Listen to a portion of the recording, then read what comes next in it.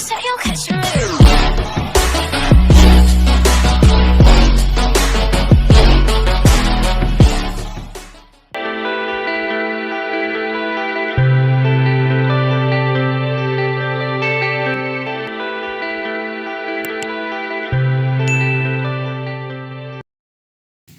नमस्कार।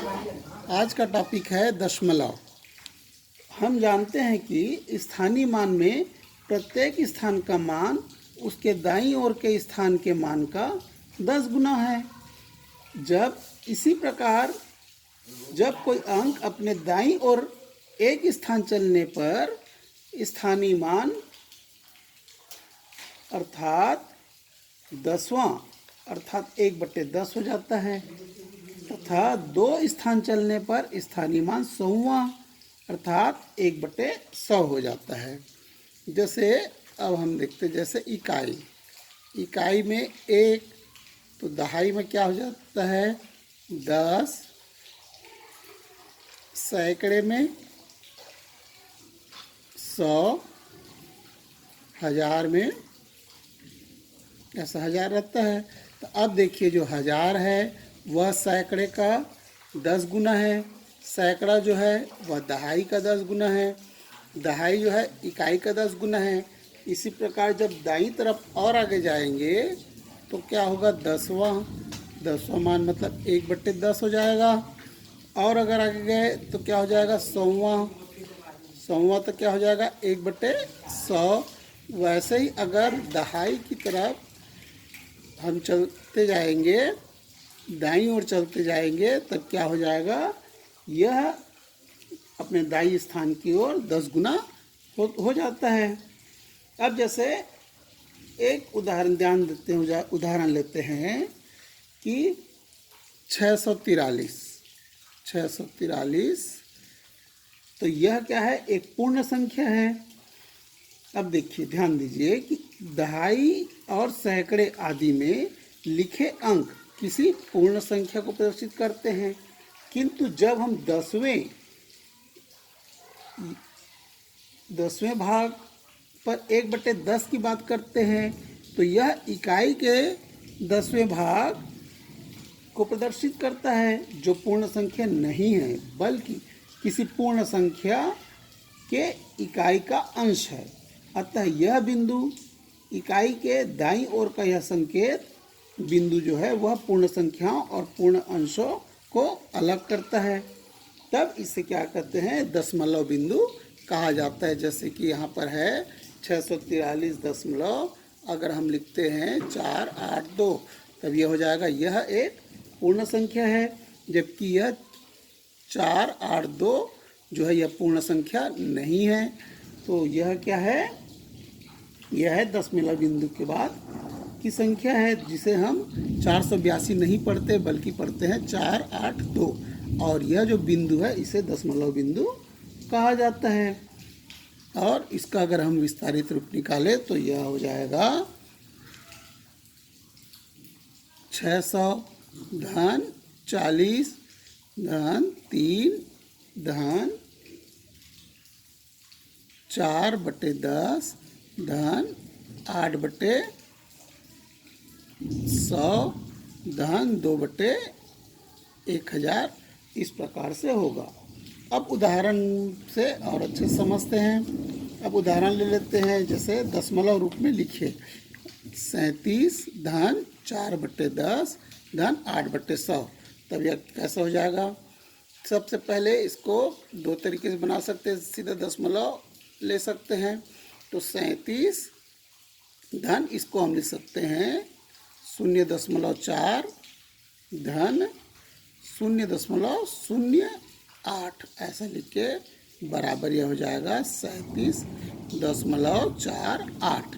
इस प्रकार से दशमलव रूप में बना सकते हैं। तो अब विस्तारित रूप में लिखिए। विस्तारित रूप में 438 को पूरा पूर्ण संख्या है, धन इसको लिखते हैं 3/10 धन 8/100 धन 7/1000। इस प्रकार से विस्तारित रूप में लिखा जाता है। अब तीसरा प्रश्न है, दशमलव संख्या को भिन्न में बदलिए। तो इसके लिए क्या करेंगे, जो संख्या दिया हुआ है तो 5309 एक साथ लिख देंगे 5309 अंश में, और हर दशमलव के स्थान पर 1 लिखेंगे और दशमलव के बाद की संख्या को गिन लेंगे और वहाँ पर क्या लिख देंगे, शून्य लिख देंगे। तो भिन्न के रूप में हो जाएगा 53.09 बराबर 5309 बटे 100 हो जाएगा, क्योंकि दशमलव के बाद 2 अंक है। उसी प्रकार यहाँ पर देखिए 0.034, तो इसका क्या हो जाएगा, 3 4 लिख देंगे अंश में, और हर में दशमलव के स्थान पर 1 और 1 2 3 3 अंक गिन कर क्या लगा देंगे, 3 शून्य लगा देंगे। इकाई दहाई सैकड़ा 3 अगर है सैकड़ा तक तब 3 शून्य लगा दिया जाता है दशमलव के बाद, अगर ऐसा है तो।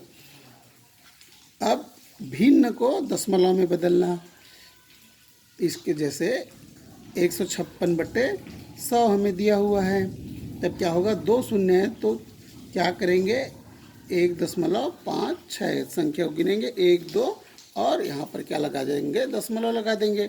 इसी प्रकार यहाँ पर देखिए 378 बटे 1000, तब अंश में गिन लेंगे 1 2 3, तो यह हो जाएगा 0.378, 1 2 3 गिन के दशमलव लगा देंगे, जितना शून्य है उतना हम अंक गिनकर दशमलव लगा देते हैं।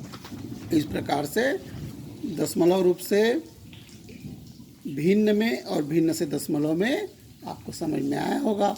अब हम आगे बढ़ते हैं आरोही क्रम और अवरोही क्रम। जैसे आप संख्याओं में देखे हैं, आरोही क्रम मतलब बढ़ते हुए क्रम, अवरोही मतलब घटते हुए क्रम। तो दशमलव में कैसे करते हैं, तो दशमलव में आरोही क्रम और अवरोही क्रम बनाने के लिए सबसे पहले दशमलव के बाद जो संख्याएं दी हुई है उनको दशमलव के बाद निश्चित इकाइयों में बदल लेते। जैसे यहाँ दिया 0.2 दिया है, तो यह क्या हो गया, 0.20 2 अंक में परिवर्तित कर लेंगे 0.22। अब इसको आप आसानी से समझ सकते हैं। तो अब यह क्या हो जाएगा, 2 सबसे छोटा है 0.02, फिर उससे बड़ा कौन सा है 0.20, फिर सबसे बड़ा 0.22। इस प्रकार आरोही क्रम में लिखने के लिए या बढ़ते हुए क्रम में लिखने के लिए सबसे पहले हो जाएगा 0.02, उससे बड़ा हो जाएगा 0.20, फिर सबसे बड़ा हो जाएगा 0.22। इसी प्रकार अवरोही क्रम में जब लिखा जाता है तब सबसे बड़े को पहले फिर उसके बाद छोटे के लिखते हैं, अर्थात घटते क्रम में जाते हैं। तो अब यहाँ पर देखते हैं, हमें प्रश्न दिया है 0.9, 0.99, 1.0। दशमलव के पहले दशमलव बिंदु के पूर्व में अगर कोई संख्या है तो वह निश्चित रूप से दशमलव के बाद वाले संख्याओं से छोटा होगा, बड़ा होगा। क्यों होगा बड़ा, दशमलव के बाद वाले संख्याएं छोटे होंगे, क्यों होंगे, क्योंकि वह इकाई का 10वां अंक या 100वां या 1000वां होता है, इसलिए। तो अतः यहाँ पर क्या हो जाएगा, सबसे बड़ा हो जाएगा 1.0 होगा, फिर उससे छोटा होगा 0.99, फिर सबसे छोटा हो जाएगा 0.9, इसको 9 शून्य लिखेंगे तब आपको सरलता समझ में आ जाएगा 2 अंक रखने से। तो इस प्रकार से आरोही क्रम और अवरोही क्रम हम बनाते हैं। अब दशमलव संख्याओं का योगफल ज्ञात करना, जिस प्रकार से हम पूर्ण संख्याओं में, पूर्णांक संख्याओं में योगफल और अंतर ज्ञात करते हैं, उसी प्रकार इसमें ज्ञात करते हैं। इसमें सिर्फ एक बात का ध्यान रखा जाता है कि दशमलव के सीधे में दशमलव आना चाहिए।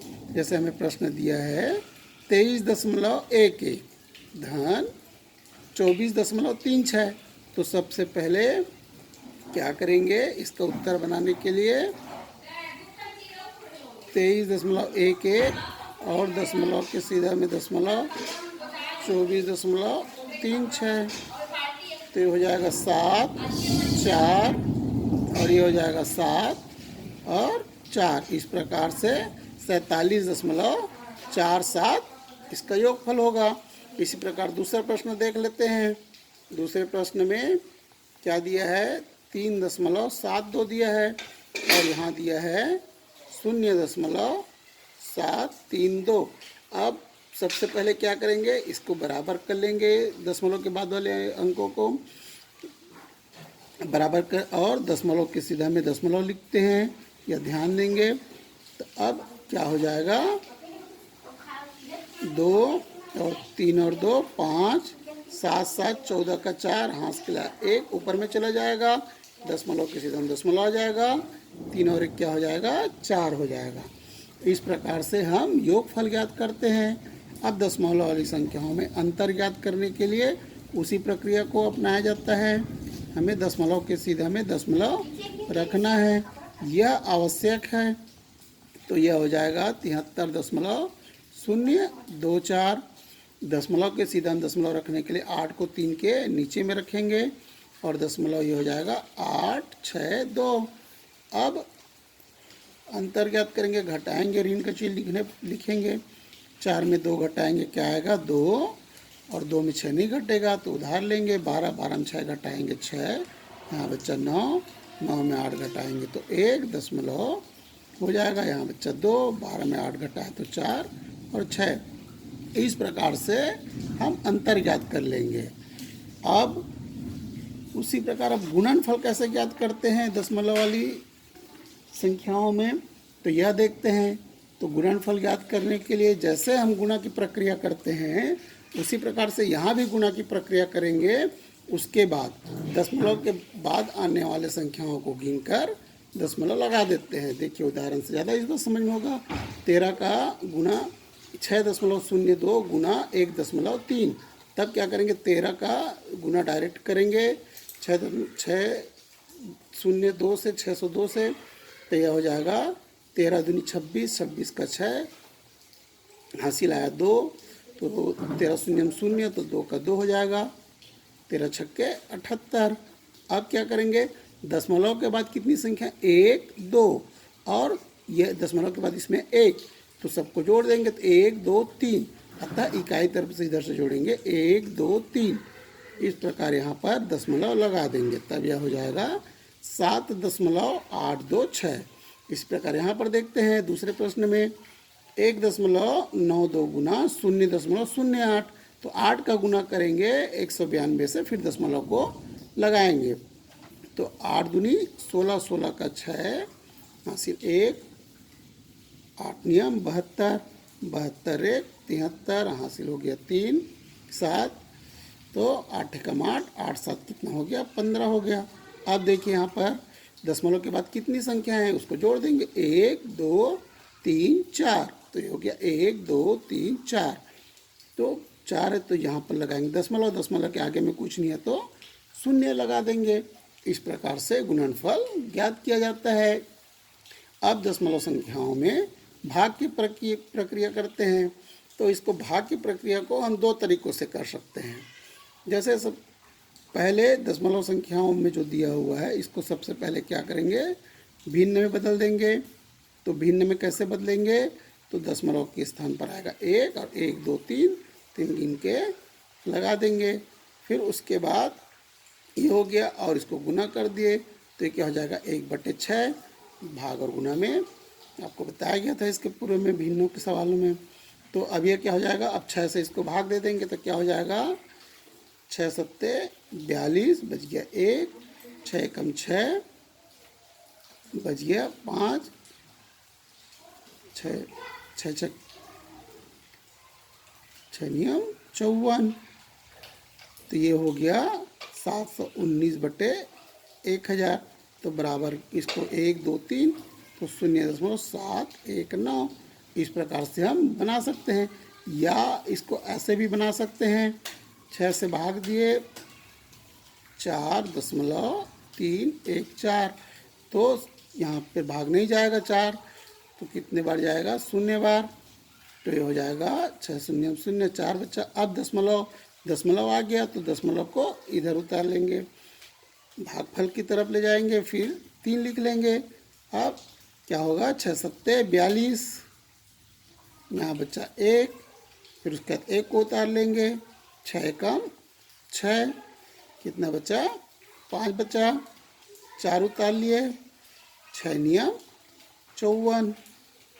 इस प्रकार से दोनों ही स्थितियों में भागफल समान आएगा। तो जिस भी तरीके से आपको सरल लगे बना सकते हैं। इस प्रकार दशमलव वाले अध्याय में आपको क्या क्या बताया मैंने अभी। सबसे पहले बताया कि दशमलव के रूप में कैसे लिखते हैं, फिर विस्तारित रूप में, दशमलव संख्या को भिन्न में बदलना और भिन्न को दशमलव संख्याओं में बदलना, आरोही क्रम में लिखना, योगफल, अंतर, गुणा, गुणनफल और भाग देना। इस प्रकार आपको बताया गया। अब एक इबारती सवाल भी ले लेते हैं। इबारती सवाल जैसे हम यहाँ पर लेते हैं, वंदना ने एक कुकर 1990 रुपये में खरीदा, जिसमें 850.25 रुपये का छूट मिलता है। तो बताइए वंदना को कुकर के लिए कितने रुपये देना पड़ेगा। तो इसका हल निकालने के लिए सबसे पहले हमें क्या दिया है, हमें दिया है कुकर की कीमत कितनी है, कुकर की कीमत दिया है बराबर 1990 रुपया और छूट मिला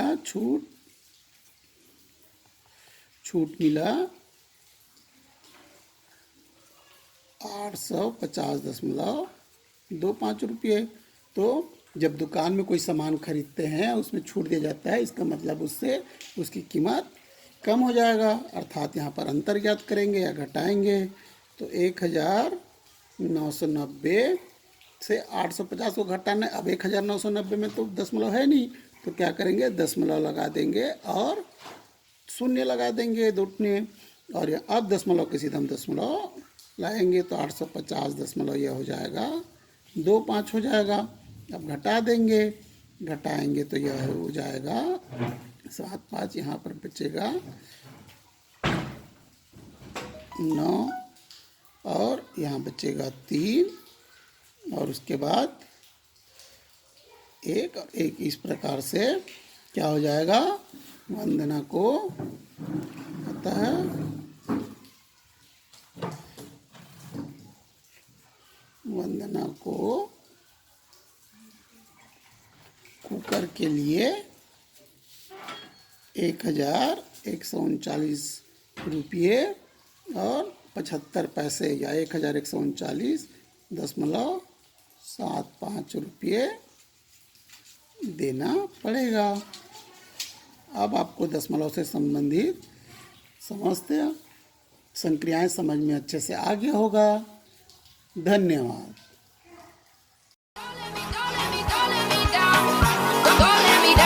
Don't let me down.